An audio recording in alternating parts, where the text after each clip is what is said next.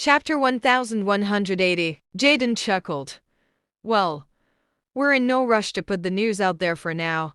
He's going to ask for you for sure. And you can have a good talk with him then. Of course, Mr. Young.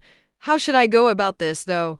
Wade smirked slyly. Jaden said, just tell him this: if he doesn't want his reputation to crumble, he's going to pay you $5 million in compensation and open Sea Lake Island up for everyone to exercise in. No problem, Mr. Young. I'm not scared of anything with you on my side. He'll cough up the $5 million for sure, and you'll see every penny of it. No one will know a thing, Wade smirked. Jaden grinned. Don't worry. You'll get something out of this too. Thank you in advance then, Mr. Young. Wade practically had stars in his eyes. Jaden waved a hand.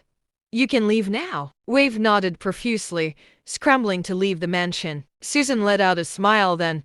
You're the best, my darling boy. He's going to find out that you won't be able to get your way in this world just with money alone, Wade said with a smug smirk on his face. Over on Sea Lake Island, Elsa and Farron had split into two separate teams, each with a different goal. With the power and connections they had, it was not long before they were able to track both targets down. Soon after, the president of CNS was called over to the municipal propaganda department overnight. Jaden's direct superior and person in charge of Weston District, Conan Joby, was also called over to the Cedartown person in charge's office. Wilbur, on the other hand, had entered his demiplane to visit the dragon's altar. He spun the abyss staff in his hands. It was a pretty impressive weapon.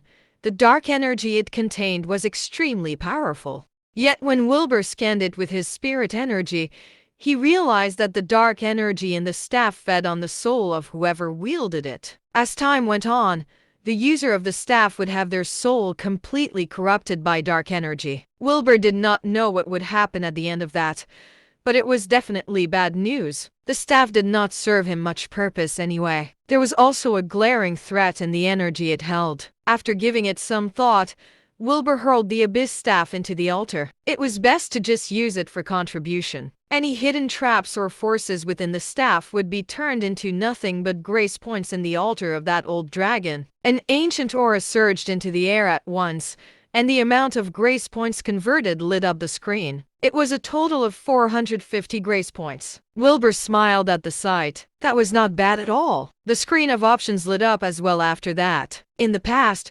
Wilbur would have chosen pills to improve his physical well-being and prevent his cultivation method from sending his body into overdrive. However, ever since absorbing the crystal skull and sternum, Wilbur's strength had improved drastically, causing the state of his physical well-being to improve as well. Thus, Wilbur's focus was now on the other options. The clover grants the user a 10% chance to increase powers to a new level upon consumption. Wilbur's eyes nearly popped out of their sockets reading the words. A 10% chance to advance to the next level in his power? Despite the fact that the odds were pretty bad, the win was definitely tempting. It was important to note that at the stage Wilbur was not at, it was nearly impossible to advance to the next level. A 10% chance was something anyone would jump at, and it would cost him 450 grace points. Wilbur cursed the old dragon in his head at the sight, scowling viciously.